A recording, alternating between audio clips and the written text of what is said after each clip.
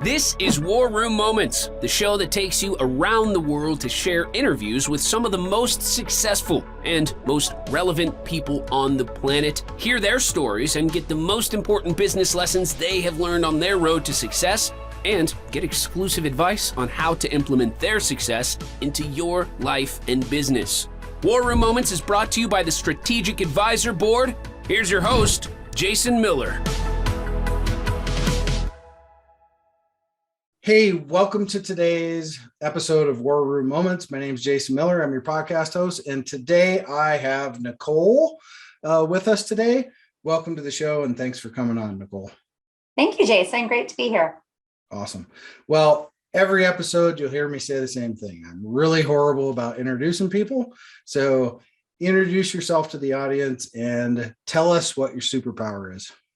Absolutely. So my name is Nicole Seawell.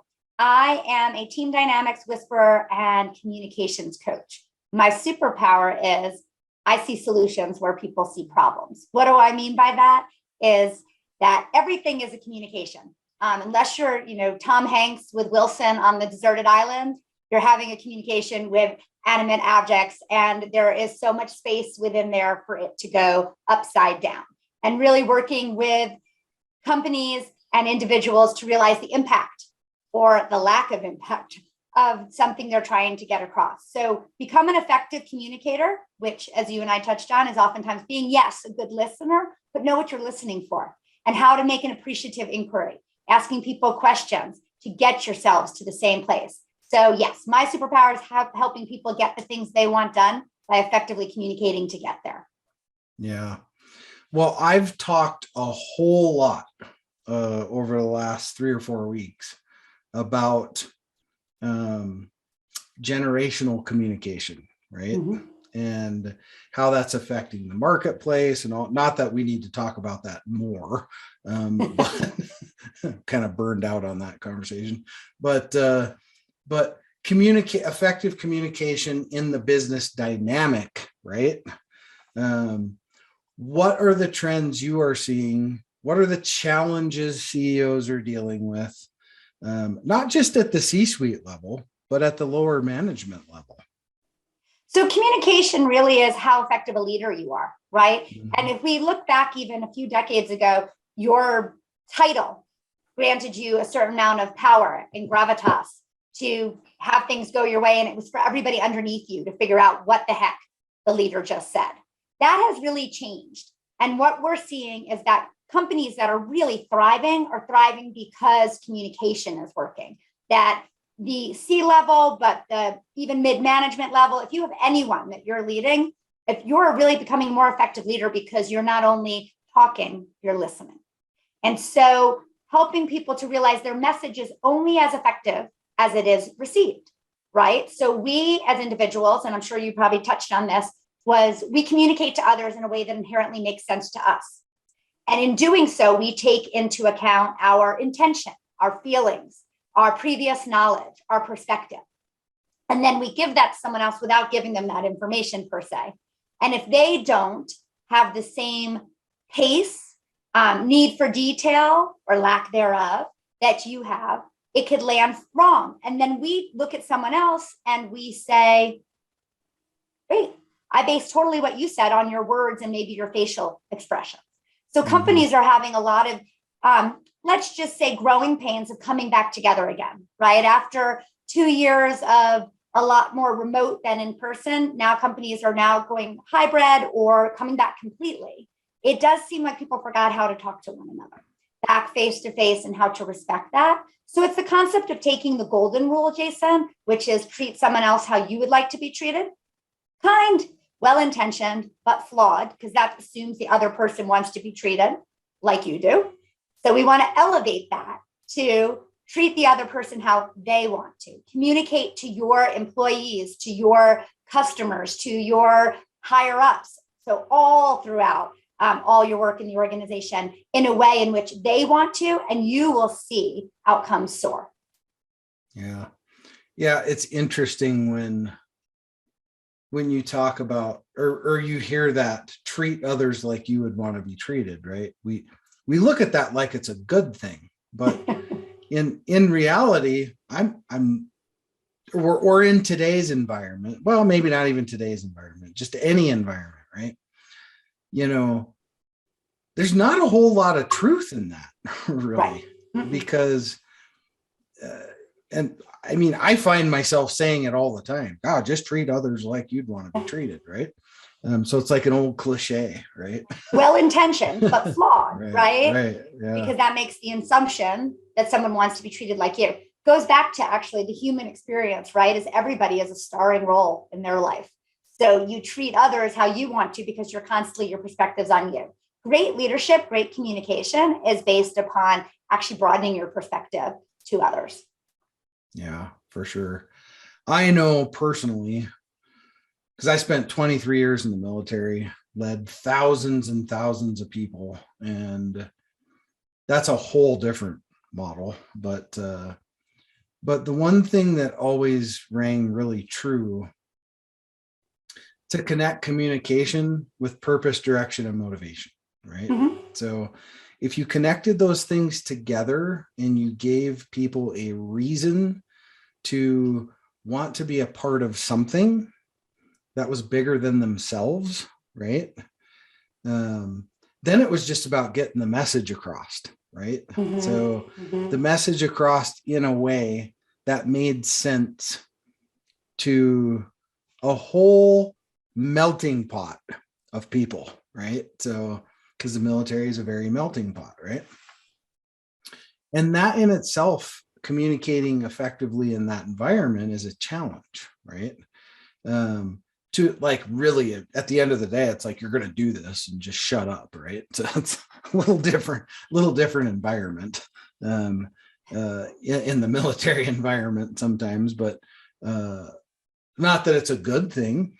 I mean, I don't know if it's that way anymore, maybe it isn't, but I think we can couple things together to make them make more sense for people in a way that really grasps their ethics, their feelings, their all these things, right? And then they have the buy-in, because that's really what we're looking for at the end of the day, right? When we're able to communicate with people, is a buy-in. Well, it's trust. You're creating trust, Mm-hmm. right? So in the military, different than many a company, right? You don't necessarily get to question, right? You're supposed to follow. Now, you hopefully have respect and trust in the person who's giving you the information or orders, let's say. But in a company, especially in today's world, there's lots of opportunity. We want our best talent to stay, right? But we need to communicate in a way that gives them both respect and psychological safety. And they have to understand that you're living that as well, not just, the 5 guideposts for our company are blah, blah, blah, blah, blah. And you're like, oh, that sounds really nice. They don't actually follow that. What we want to do is actually bring culture alive and actually live that. So I work with individuals and their teams with really practical tools that I teach them so they can recognize themselves and recognize their audience. So you're only as effective as the message your audience walks away with. If I said A connects to B, connects to C, connects to D, okay, and the audience left with A to B and never got C to D, then I wasn't all that effective. So teaching people, and I say that to you, like for a point of example, I'm fast talking, fast moving, fast thinking, fast deciding, right? And you're laughing. But I recognize that, and I like lots of information. I can go through really, really quickly. I learned that's not everyone's style, right? And we all kind of know that in a way, like some of us are this, some of us are that, processing speed, attention to detail, need for information, decision-making, how we deal with conflict, et cetera, et cetera. When we realize that and we act upon it are two different things. So it's really important to take the conversation out of the, let's have an interesting conversation and take it into practice. And that's the key, is showing people that sometimes in my head, because I go really fast, I actually count inside to allow others. Sending people into a meeting, right? Giving them information ahead of time and then allowing pauses so that your non-assertive people can speak up as well.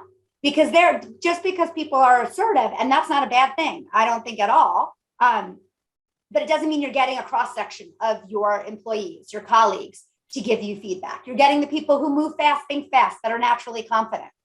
But you may have other people who have plenty to contribute. And it's important as a leader, but also as a team member, to be able to support and create an environment that is accurate to that allows people to participate in a meaningful way for better outcomes for the company. So you can have a genius at the top and you can have geniuses in all your positions. But if they don't know how to talk to each other in an effective way, you've lost probably 50% of the value. Yeah, no doubt about it at all. Mm-hmm. And I can't help but go here because I want to know, I really want to know your opinion on it.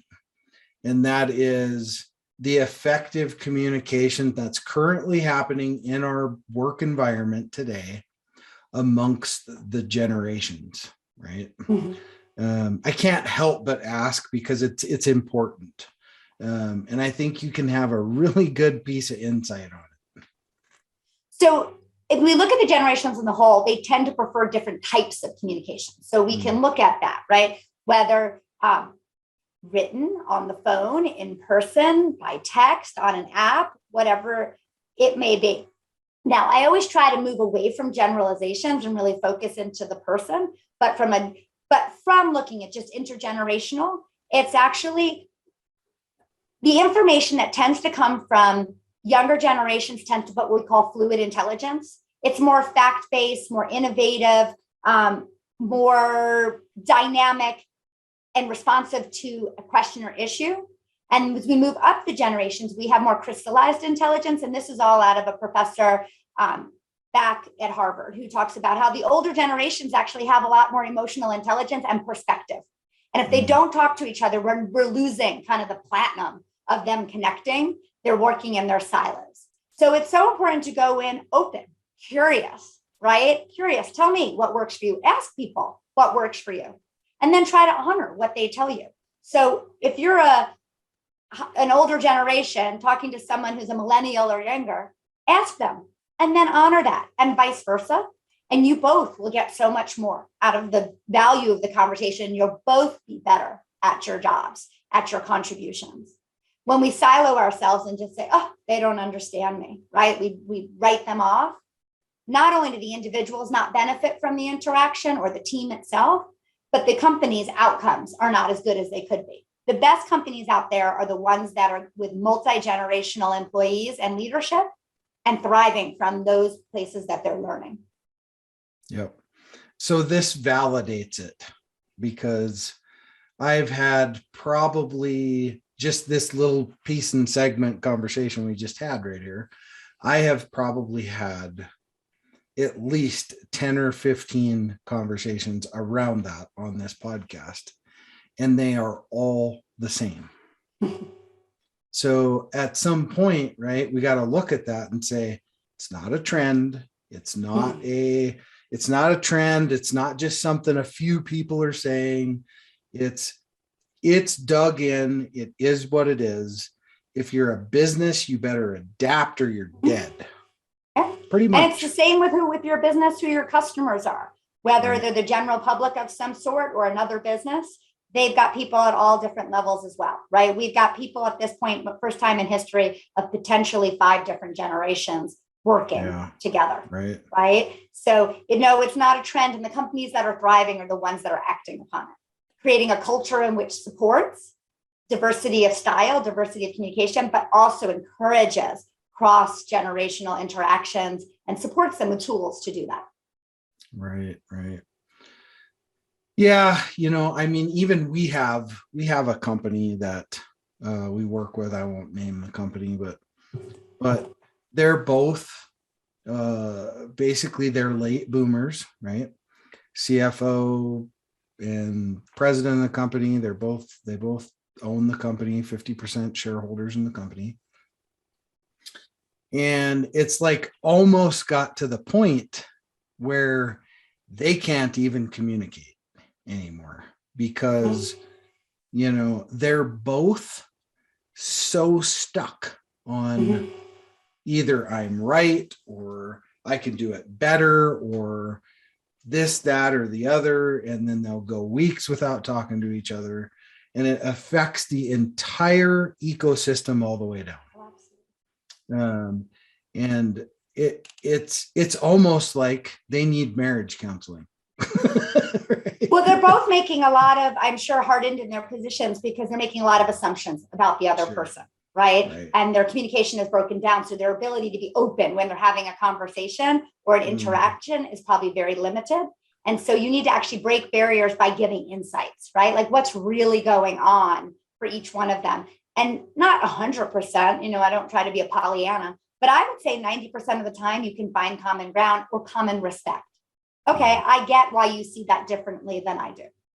I don't necessarily agree, but when I can respect why you see it differently, I actually have room for collaboration, for forward thinking that maybe takes into account both of our points of view. Right. And it's intuitive. I know my dad is the same way. My dad is very much like that. He's 73. It's like, I have done that a million times and you're not going to tell me any different. Right. There isn't a better way to do it. Right. Oh, yeah. It's that stuck in process mind that it's almost impossible to communicate with it. Right. But no one is always right.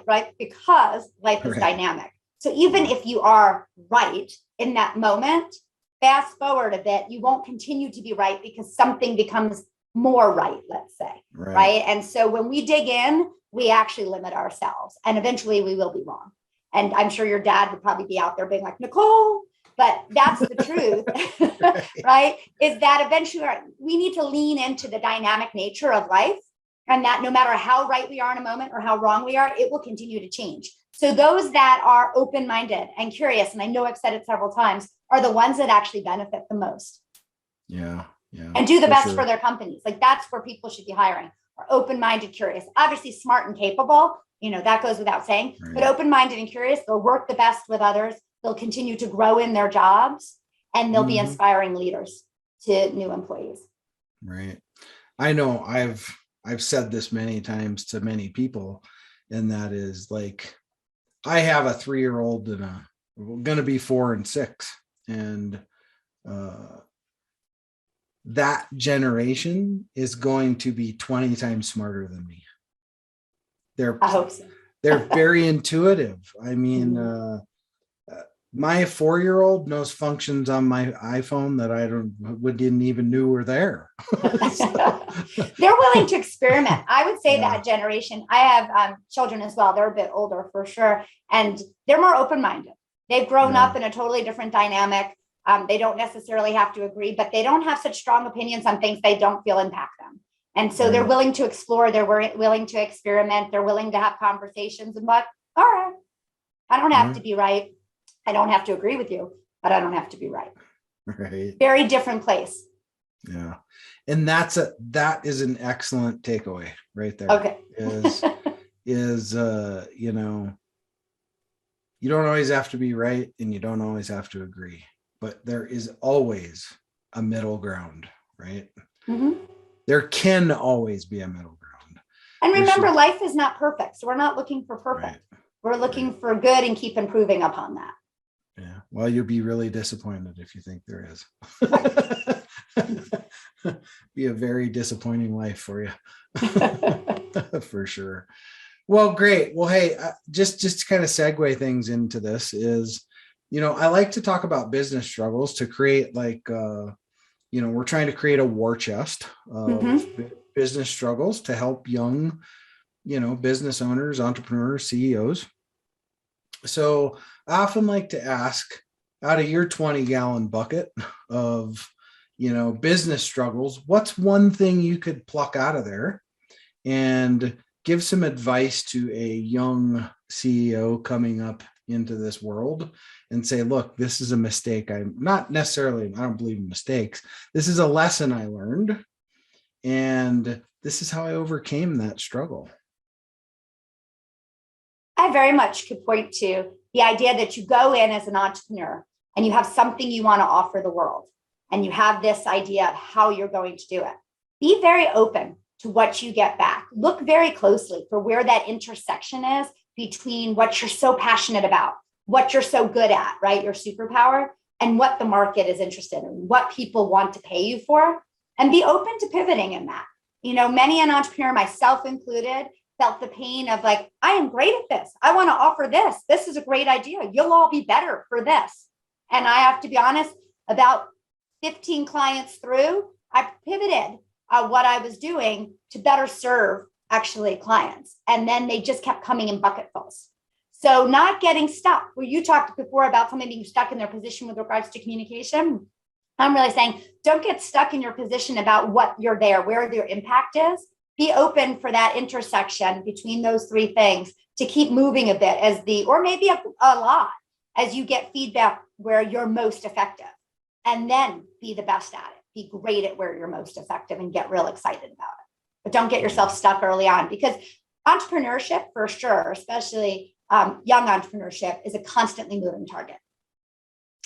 Yes, it is. It very much is. And, you're never going to do it all right. No. Right.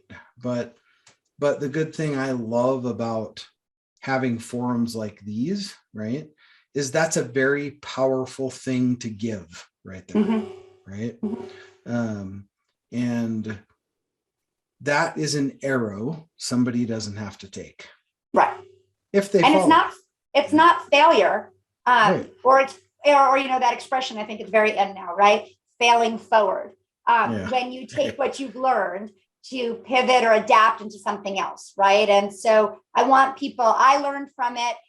It can be a little painful at moments, but don't continue. I'm forgetting the right expression about it, but don't continue down a path just because you've committed to it if it's not the right path. So be open to hearing the feedback of where your more right path could be. Right. Yeah, for sure. I call it superpower, right? Mm-hmm. But you also need where people are willing to pay you, right? So where do you provide value in others? Right.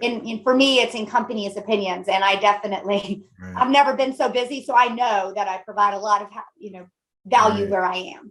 And that's not where I necessarily started. Right. And just because you think you have a superpower, that doesn't mean what it really is, right? Mm-hmm. You might have to experiment with that and figure it out for sure. So, well, good. That was a great piece of advice, and I hope that they got it right. I hope it's stuck up in the head. Well, to kind of round things out here, Nicole, I like to end with this question: if you could pick someone that could have been here, dead or alive, mentor, friend, Gandhi, Jesus, whatever, whoever that would be, that you could ask that one question to that you always wanted to ask, what question would you ask, and who would have you had on the show with us? So first comes to mind is I would ask one of these many people I love to listen and learn from Arthur Brooks to Adam Grant to Malcolm Gladwell to Daniel Pink, like really great thought leaders. But then when it comes down to it, I would want my grandfather. My grandfather was an entrepreneur. From nothing, he and his three brothers became very, very successful in an industry that didn't welcome them initially. And as an entrepreneur myself, and a parent, asking him about, how did you do it on the days where it looked bleak? And how did you pivot in times that were tough and keep the spirit going forward? Because I think that's the hardest thing as an entrepreneur. It can be isolating and lonely when things are not working out. It can be very heady and wonderful when they are. Right. Yeah, especially if you go back to those generations. Yes, right. They didn't have the opportunity at the time. That if he were alive today, he'd be 111. So very different, right? Grew up in the Depression. Mm-hmm. And we have endless opportunity, right? Mm-hmm. Pretty much. You just have to go get it. Right. And it's at our fingertips most of the times now, right? Yeah. Where it just takes sustaining effort, right? And I love to listen to stories of people who have been very successful, like on, how you built this or that kind of thing. And where people are always like, oh, it's a magic moment. And all of them say it's not a magic moment. It's years and years and years of picking yourself back up, sometimes decades and decades of picking yourself back up and trying again and trying a bit differently. And, they all have stories. And it's like the American obsession with like, oh, they were an overnight success. Nobody's an overnight success. Right. Yeah. There's very few home runs in a week. Yes, exactly. Right. But that's what makes the headlines. So we can all be, our own headlines as well as our our little stories that keep us going along.